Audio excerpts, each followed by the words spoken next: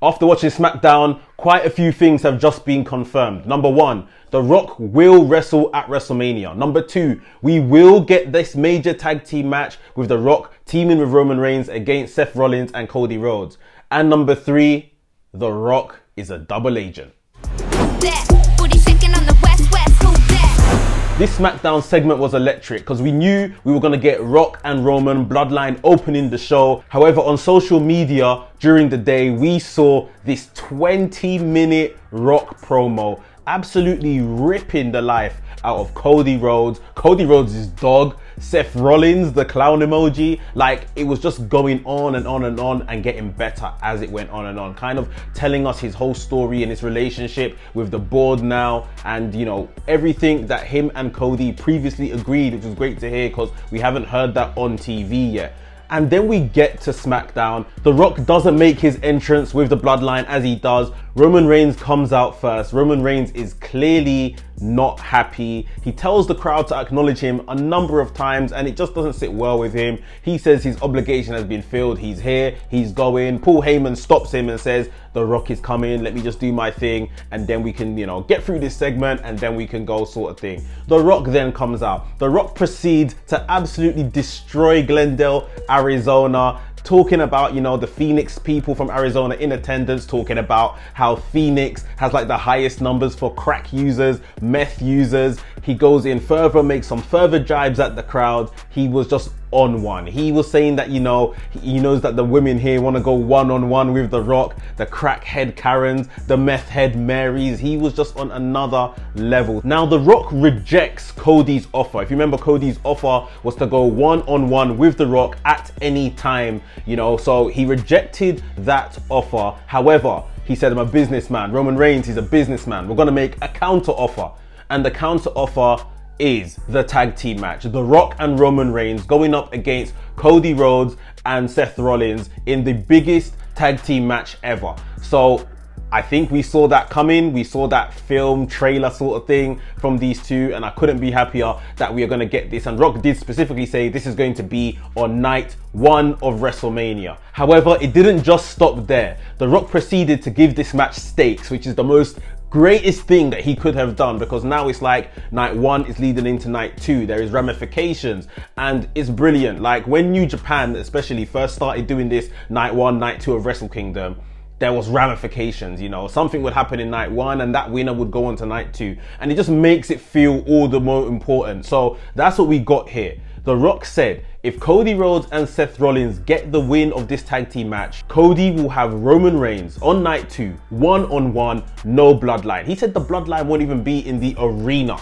Like, it will just be Cody Rhodes versus Roman Reigns. However, if The Rock and Roman Reigns get the win, night two will be Bloodline rules. Anything goes. He said you might have the involvement of the Bloodline all around the ring, special guest referees, special enforcers, people on commentary. Like, he said the odds are basically going to be stacked up against Cody Rhodes if the Bloodline, Rock and Roman, win the tag match on night one. And then of course he started to flex muscle like he did in his iPhone promo that we saw before SmackDown.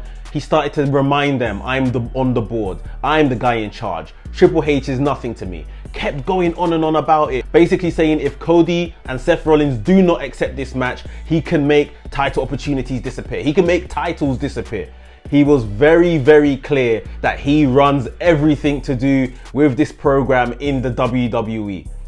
Mr. Johnson, remember when I said that a couple weeks ago? Corporate Rock / Mr. Johnson is here. So firstly, I'm ecstatic we're gonna see The Rock in action at WrestleMania. I think it's brilliant.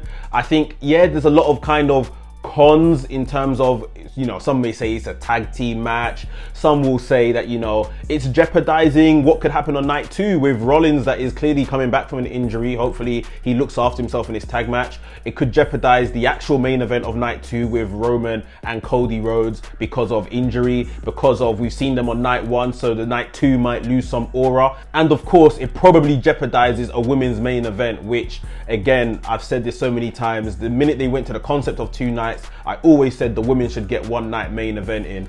But this story is just something that is just so big that, you know, they've kind of been cheated out of their main event again 2 years in a row because of the same story. So like it says in the title of this video, I think it's now kind of confirmed The Rock is clearly a double agent. Because let's look at the outcomes of these matches. If we get Cody Rhodes and Seth Rollins winning the tag team match, then The Rock has removed the Bloodline from the situation. It will just be Roman versus Cody on night 2. And let's be honest, Roman doesn't win singles matches on his own. He doesn't win singles matches cleanly. So this should pretty much, if this is the case, be Cody Rhodes getting a clean victory over Roman Reigns, as long as obviously they stick to their word. Because no one's going to be able to come in and help Roman Reigns, which has been happening for the best part of 2 years within this reign. At the same time, if we do get the Bloodlines rules match and the whole Bloodline can be involved, who's to say that The Rock won't turn on the Bloodline and stop them from helping Roman Reigns retain the title? He can turn right there. Cody can have outside interference and he can get people to help him, you know, keep these guys at bay. I truly believe that both outcomes here will benefit Cody Rhodes, and the fact that Cody Rhodes is probably beating Roman Reigns at WrestleMania. And then we get into the story of The Rock and Roman Reigns, and that will probably be a year-long story leading to, you know, the main event of next year's WrestleMania, Rock versus Roman Reigns, no world title involved. For me, I think what happens on the night at WrestleMania is that the Bloodline will win. Maybe not Seth Rollins taking the pin because he's still a champion and he's got a championship match the next night. Maybe Cody Rhodes will take the pin, because even if he takes the pin, Cody Rhodes still has the main event of WrestleMania the following night. So I think Cody Rhodes can take the pin here. Maybe Roman pins him to just kind of reinforce that, you know, he is the head of the table, the tribal chief. He is the champion and he's going to do the exact same thing on the next night.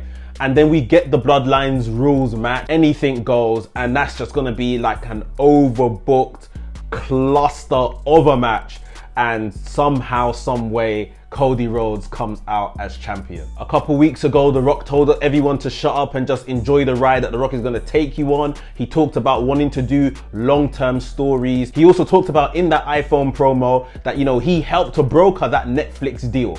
And that, you know, why wouldn't they want The Rock involved? And it looks like the first WrestleMania main event under that Netflix deal is going to be The Rock and Roman Reigns, which is, it's absolutely mind-blowing. We're going to get WrestleMania on Netflix, let alone The Rock versus Roman Reigns on Netflix. The Rock is doing everything right now to prove his allegiance to the Bloodline, to prove that he stands with them, that it is family first. He even acknowledged Roman Reigns, which is one thing that I just never ever saw coming when, you know, the rumors started years ago that we were gonna get Rock versus Roman somewhere down the line. I just never saw this coming. And you can see this is what Roman has been waiting for. All the apprehensiveness that I've spoken about on this channel of Roman Reigns since The Rock has turned up, it literally disappeared in that 1 second when The Rock said, "Roman Reigns, my family, I acknowledge you as the tribal chief."